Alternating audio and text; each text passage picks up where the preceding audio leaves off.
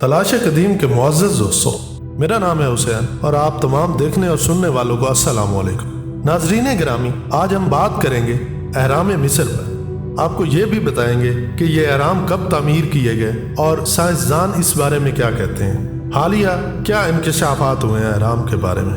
اگر آپ کو عظیم تاریخی عجوبے اہرام مصر کی سیاحت کا موقع ملا ہے تو ان بلند و بالا مخروطی مقبروں کی ہیبت و جلال، قدامت، طرز تعمیر اور اسرار نے آپ کے دل پر گہرے نقش چھوڑے ہوں گے، اور آپ اکثر ان یادوں کو اپنے جاننے والوں کے ساتھ حقیقتاً بانٹتے ہوں گے۔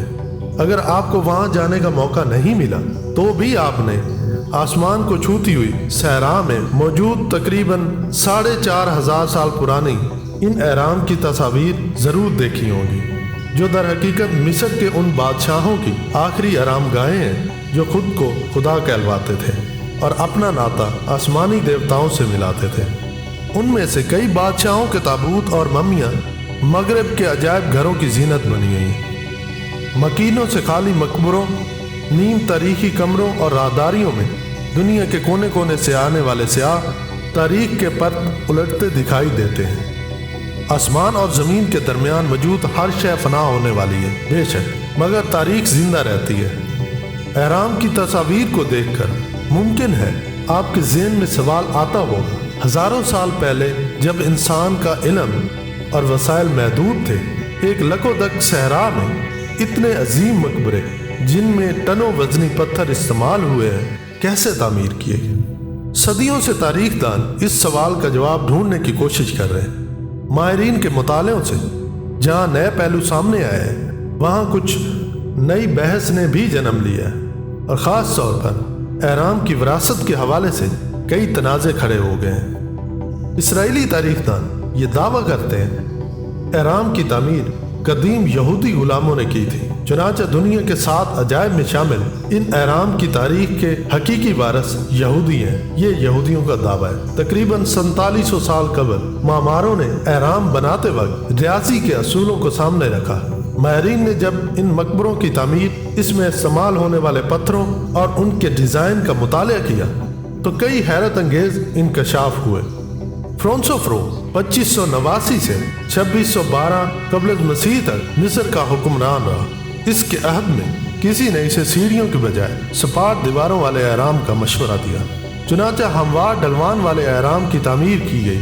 سنوسوفرو کے اس حرم کو سرخ حرم کہا جاتا ہے۔ سنوسوفرو کے بعد اس کا بیٹا خوفو فرعون بنا، جس نے 2666 تک 2689 قبل مسیح مصر پر حکمرانی کی۔ یہی وہ شخص تھا جس نے مصری تاریخ کا مشہور اور عظیم الشان حرم تعمیر کروایا۔ حرم کی تعمیر سے قبل درست زمین کی تلاش کا مرحلہ تھا، کیونکہ اس کے ماہر تعمیرات کو ایسی قطع زمین درکار تھی جو کثیر المنزلہ عمارت کا بوجھ برداشت کر سکے، لہٰذا انہیں قاہرہ کے نزدیک جیزہ کا مقام اس کے لیے موزوں لگا۔ سب سے پہلے بڑے مقبرے کی اونچائی اور اس کی تعمیر شروع کروا دی گئی۔ اس سب سے بڑے مقبرے کی اونچائی تعمیر کے وقت 481 فٹ تھی۔ وقت کی شکست و رحت نے اور بوسیدگی نے اس کی اونچائی 30 فٹ کم کر دی ہے، لیکن اس کے باوجود اس عمارت کو 43 صدیوں تک کرۂ ارض میں سب سے اونچی عمارت ہونے کا اعزاز حاصل رہا۔ 1300 عیسوی میں 160 میٹر لنکن کیتھیڈرل نے اس سے بلند ترین عمارت کا اعزاز چھینا۔ اس مقبرے کی بنیاد مربع شکل کی ہے، جس کی ہر جانب کی لمبائی 751 فٹ ہے۔ ماہرین کو اس بات پر انتہائی تعجب ہے کہ اس عہد میں جب نہ تو سائنسی آلات تھے اور نہ ہی علوم و فنون نے ترقی کی تھی، قدیم مصریوں نے کس طرح ایسی دیواریں کھڑی کی جن کی پیمائش میں انتہائی معمولی فرق بھی نہیں ہے۔ جیسے عمارت بلند ہوتی جاتی ہے، اس کی چوڑائی ایک ترتیب کے ساتھ کم ہوتی چلی جاتی ہے، اور 481 فٹ کی بلندی پر پہنچ کر عمارت کے چاروں کونے ایک نقطہ پر مرکوز ہو جاتے ہیں۔ بلندی سے پیندے تک یہ عمارت ہر جانب 51 درجے کا زاویہ بناتی ہے۔ عمارت کا ہر کونا قطب نما کے چاروں اطراف، شمال، جنوب، مشرق و مغرب پر پوری طرح منطبق ہو جاتا ہے۔ مقبرے کی تعمیر میں تقریباً 20 لاکھ پتھروں کے بلاک استعمال ہوئے۔ ہر پتھر کے بلاک کا وزن 2 ٹن سے زیادہ ہے۔ مقبرے کے اطراف میں مزید اتنے پتھر موجود ہیں کہ ماہرین کا دعویٰ ہے کہ اس سے مقبرے کے گرد 10 فٹ اونچی دیوار بنائی جا سکتی ہے۔ مقبرے کے شمالی جانب داخلی دروازہ ہے۔ مقبرے کے اندر بے شمار راہداریاں اور کمرے ہیں۔ عمارت کے مرکز میں اس وقت کے بادشاہ کا کمرہ، جس میں سرخ پتھر کا چبوترا مرکزی کمرے کے داخلی راستے پر ایک خاص انداز کے نوکیلے پتھر کا استعمال کیا گیا اور انہیں اس مہارت سے جوڑا گیا کہ جوڑ کے اندر کاغذ کا پرزہ بھی نہیں جا سکتا۔ قاہرہ کے نزدیک صحرا میں واقع یہ عظیم تاریخی عمارت مصر کی آمدنی کا ایک بڑا ذریعہ ہے۔ ہر سال لاکھوں سیاح اسے دیکھنے اور اسے بنانے والوں کی ہنرمندی کو خراج تحسین پیش کرتے نظر آتے ہیں۔ ایک روایت کے مطابق بادشاہ اپنی تخت نشینی کے ساتھ ہی اپنے حرم کی تعمیر کا آغاز شروع کر دیتا تھا، لیکن یہ عمل اتنا طویل المدت ہوتا تھا کہ اکثر اہرام اپنے مکینوں کی موت کی وجہ سے ادھورے رہ جاتے تھے۔ مصر میں دریافت ہونے والے اکثر اہرام سکارا اور جیزہ میں پائے جاتے ہیں۔ واضح ہے سکارا پتھروں سے تعمیر کرتا دنیا کے سب سے قدیم عمارتوں کا مرکز ہے۔ یہاں کا سب سے مشہور جوسجر کا سیڑھیوں والا حرم ہے، جو مرکیکر، حرم اسقاف، حرم تیتی اور حرم انس بھی سکارا میں موجود ہے، جو کہ مصر میں دریافت ہونے والا سب سے محفوظ حرم ہے۔ 2184 سے 2686 قبل از مسیح تک حکمران مصری بادشاہوں میں اہرام بہت مقبول رہے۔ بعد میں آنے والوں نے اگرچہ ایسے اہرام بنائے جو چھوٹے اور دیدہ زیب نہ تھے، مگر اہراموں کی تعمیر کا سلسلہ جاری رہا۔ جدید مصری سلطنت جو 1070 سے 1550 قبل از مسیح تک قائم رہی، اس میں بڑے بڑے اہراموں کی تعمیر کا رواج رہا۔ مقبروں کی تعمیر کے ساتھ مصری بادشاہوں کے سامنے ان کی حفاظت کا مسئلہ بھی پیش آیا، کیونکہ یہاں صرف ممی ہی نہیں رکھی جاتی تھی، بلکہ ضروریات زندگی سے لے کر آرائش و زیبائش اور ہیرے جواہرات تک کے قیمتی اشیاء بھی اہرام میں بھر دیے جاتے تھے۔ قدیم مصری اہراموں میں نقب زنی آسان نہ تھی، کیونکہ انہیں پتھروں، بھول بھلائیوں نما راہداریوں سے محفوظ بنایا گیا تھا۔ ان کا خیال تھا تاکہ مرنے والا یہاں سکون سے ابدی نیند سو سکے۔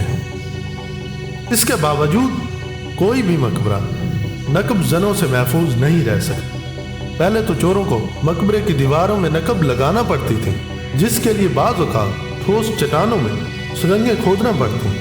اس کے بعد انہیں مقبرے میں چوروں کے لیے بنائے گئے خفیہ گڑھوں سے بھی بچنا پڑتا تھا۔ یہ کام انتہائی کراہت آمیز ہوتا تھا، مگر چوروں کے لیے مقبرے میں صرف قیمتی اشیاء مثلاً مجسمے اور فرنیچر ہی دلچسپی کا باعث نہیں رہا۔ جیسے جیسے مقابر کو قیمتی اشیاء سے بھرنے کا رواج بڑھا، ساتھ چوروں کی تعداد بھی بڑھتی جا رہی تھی۔